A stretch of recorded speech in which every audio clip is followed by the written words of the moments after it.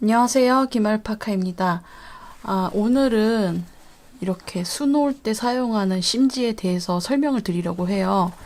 제가 그동안 많이 보여드렸지만은 깔끔하게 정리해서 설명을 드리려고 이 자리를 마련했습니다. 이 심지는 수용성 심지라는 것인데요. 말 그대로 물에 녹는 심지예요. 이게 원래는 자수 미싱에 사용하던 그런 재료였는데 프랑스 자수에 쓰기가 편해서 요즘 많이들 쓰고 계시죠. 일단 이 심지는 부직포처럼 생겼고 약간 반투명해요. 도안을 이렇게 바닥에 깔고 위에다 올려놓으면은 따라 그릴 수 있을 정도로 분명하게 보입니다.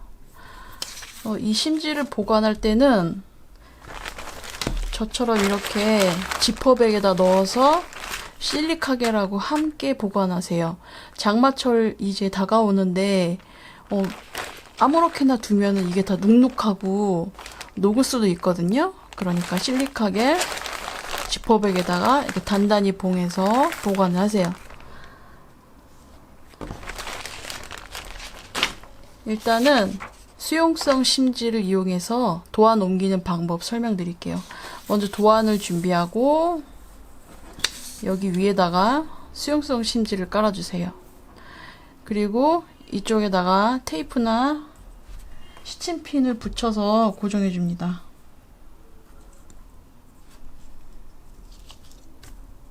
이렇게 고정해주고 여기서 사용하는 펜은 여러 가지가 있는데 제가 사용하면 안 되는 펜부터 말씀드릴게요. 이렇게 모나미 볼펜, 일반 문구용 모나미 볼펜, 빅볼 이런 사무용 볼펜은 이거 쓰시면 안 돼요. 그려지기는 잘 그려지는데 문제는 물에 만약에 담갔을 때 이 잉크가 녹아서 원단에 얼룩이 생길 수가 있거든요. 그러니까 이 볼펜은 쓰시면 안 돼요.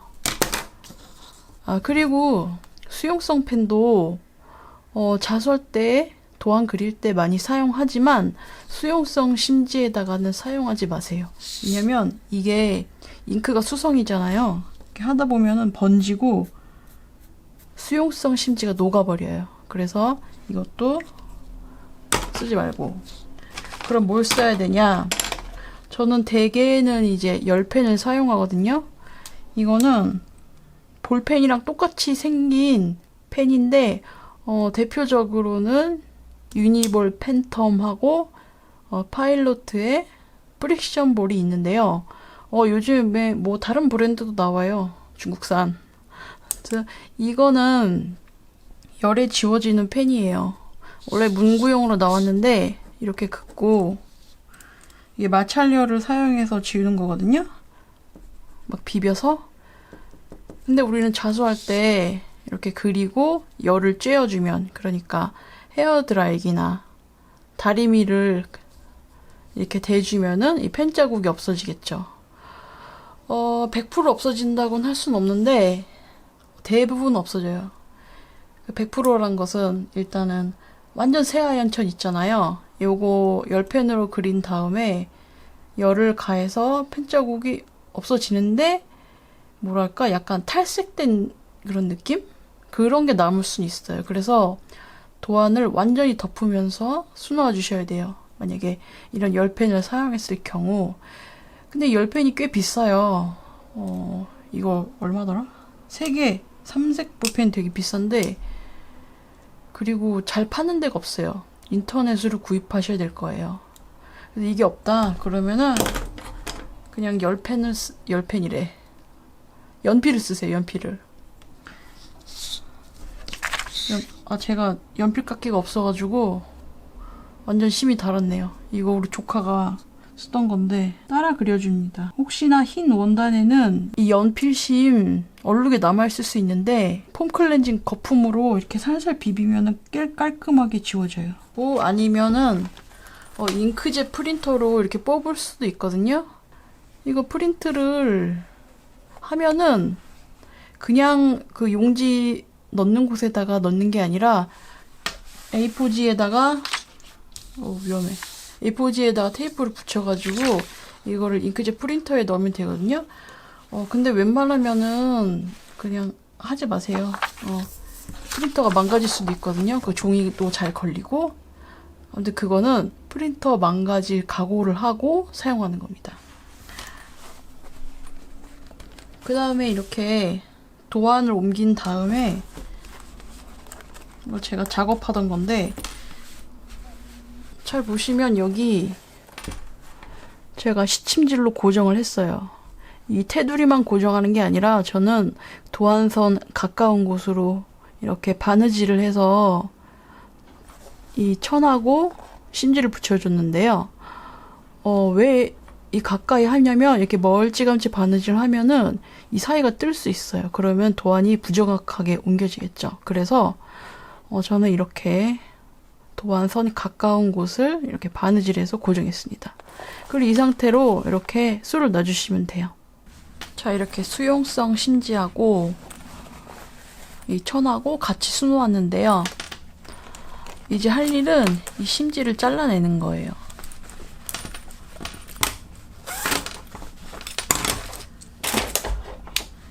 지금 시침질했던 실을 제거하고 다 풀어주고 그 다음에 이 수놓은 것에 가급적이면 아주 바짝 잘라주시면 돼요. 이 자를 때 실을 자르지 않게 조심해 주시고요. 자, 이렇게 남은 심지하고 시침실을 제거해 줬어요. 자, 이제 따뜻한 물에 담가서 이 심지를 녹여주세요. 잠깐 담가도 심지가 이렇게 녹는데 여러 번 헹구셔야 돼요. 덜 헹군 상태에서 말리면은 이 천에 풀기가 묻어서 딱딱하게 굳거든요. 그래서 많이 헹궈주시기 바랍니다. 자, 이렇게 따뜻한 물에서 수용성 심지를 다 녹인 다음에 제가 건조까지 마친 상태예요. 심지가 하나도 남지 않고 이렇게 깔끔하게 완성이 되었죠. 자, 수용성 심지는 이런 방식으로 사용하시면 돼요. 그리고 구김이 간 곳은 다리미로 잘 다려주는데 그냥 다리는 게 아니라 이렇게 바닥에다가 푹신한 수건을 깔고 자수가 밑에 가도록 다려줍니다.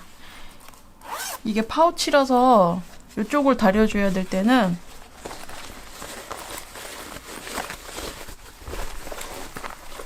뒤집어서 다려주면 되거든요. 근데 이 상태에서 다리면은 이 자수가 눌릴 수가 있어요. 수건을 잘 접어서 수놓은 부분이 수건을 닿도록 이렇게 파우치 안에다가 수건을 넣고 이렇게 다려줍니다. 저는 자수를 완성한 다음에 이 뒷면을 마무리하기 위해서 접착 심지를 붙일 거예요. 이렇게 검은 색깔 접착 심지를 준비했는데 접착 심지는 이렇게 오돌토돌한 면이 있거든요. 그래서 오돌토돌한 면이 접착면이고 이 수놓은 부분 뒷면을 이렇게 가려준 다음에 그리고 다리미로 이렇게 심지를 지그시 눌러주세요. 그리고 주의할 점은 이 지퍼 부분에 다리미 열판이 닿지 않도록 주의해주세요.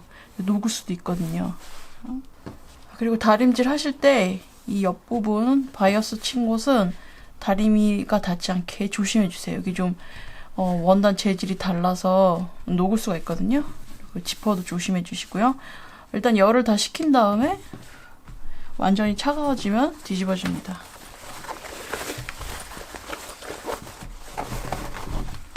자, 이렇게 동백꽃 자수 파우치를 완성했어요. 여기까지 시청해주셔서 감사합니다.